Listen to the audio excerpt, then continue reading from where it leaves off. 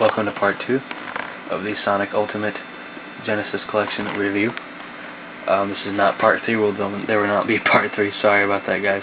I can't cut that out because I can't find any good free editing software that's not going to compromise my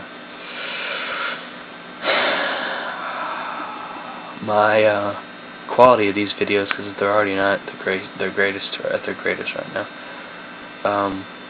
Please let me know how these videos look in this just regular quality. Someone let me know, please. Please let me know if you really care, because I might start uploading these in higher quality. Number of players in these games is 1 to 2. Required hard disk space is only 3 megs plus your game saves, and those are pretty small to begin with. A lot of these games are platformers, or they're action games, or side scrollers, and the arcade games are a whole lot of fun. I played some Shinobi, and that game I had never played, even on an emulator. And I don't really recommend people playing games on emulators. I think you should either buy its actual system or a collection like this. The one thing I noticed with the Sonic collection on here is it's been emulated so well that you could fool someone and say, oh, this is, the actual Sega cart. It's that good. The only difference is the contrast in a lot of these games has been upped, and the colors are more vibrant, and the backgrounds in some of the games are actually look, more 3D than they ever have before.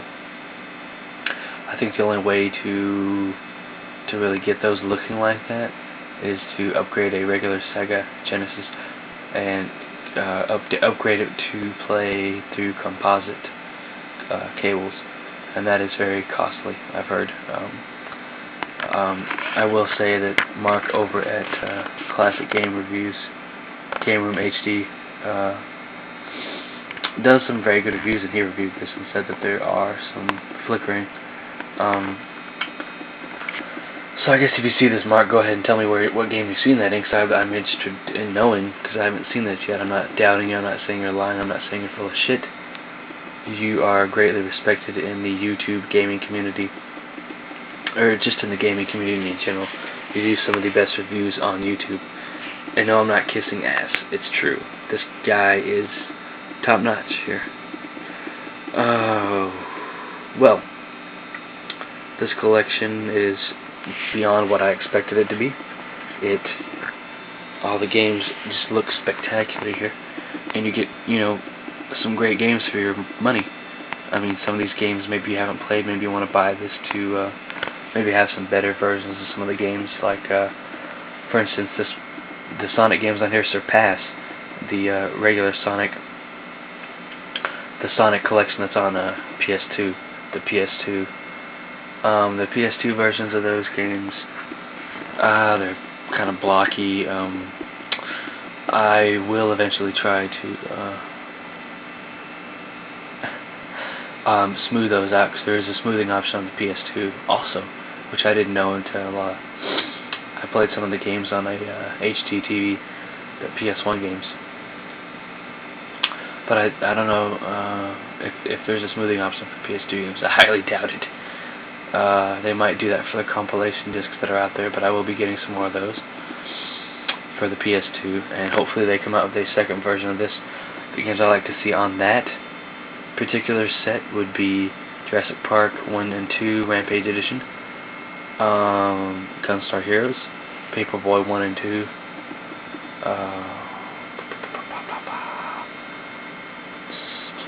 the Sonic CD games that are on there, Sonic R for the Saturn,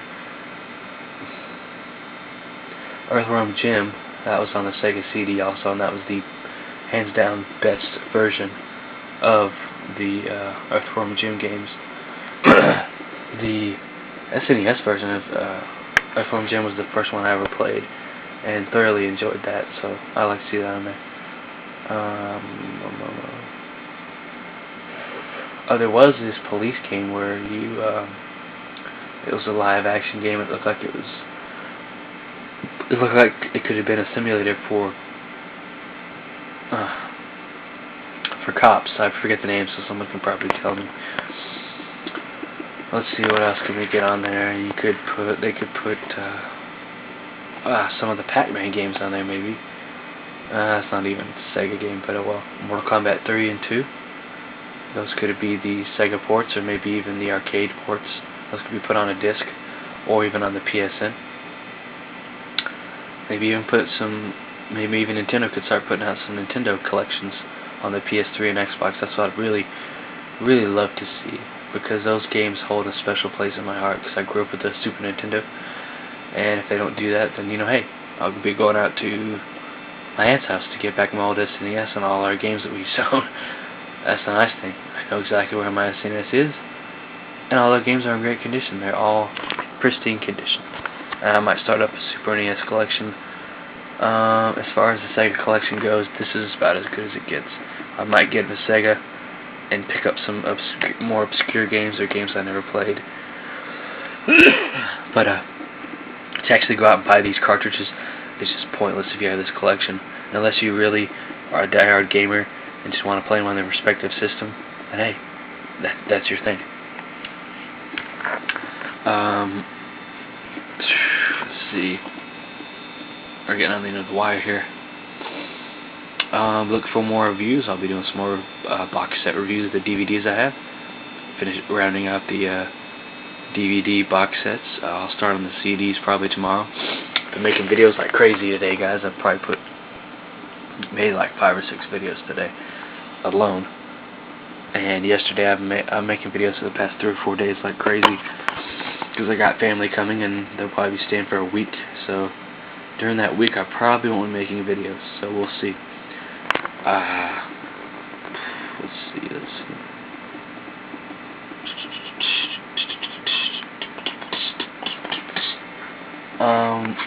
I do have a book to review. To talk about. I won't be reviewing it really, because I have not read it all. I've just started it actually, and a few pages through. I got a Sega Genesis game, because my friend has a Sega Genesis, like I said. I'll be picking up maybe a few more games, Sega Genesis games, probably about maybe 2, maybe 1, at the game store that I go to. They sell them for relatively cheap. Bookstores seem to have them pretty cheap too, so I find them there for a nice low price. The most I've ever spent on an actual used game was a PS1 game. That was like $15. I thought that was a little high for a PS1 game, but I wasn't disappointed. It was Resident Evil 1 Director's Cut, and y'all have already seen that. So drop a comment. Feel free to drop a comment. Once again, I'll say this: all rude comments and people bashing each other on my channel, I don't like that. Don't be doing that shit on my channel. If you're gonna insult me or insult my reviews, go right ahead, and your voice just won't be heard, because I don't allow that garbage on my channel. I have a zero tolerance for that bullshit, because I like to get along with people on here.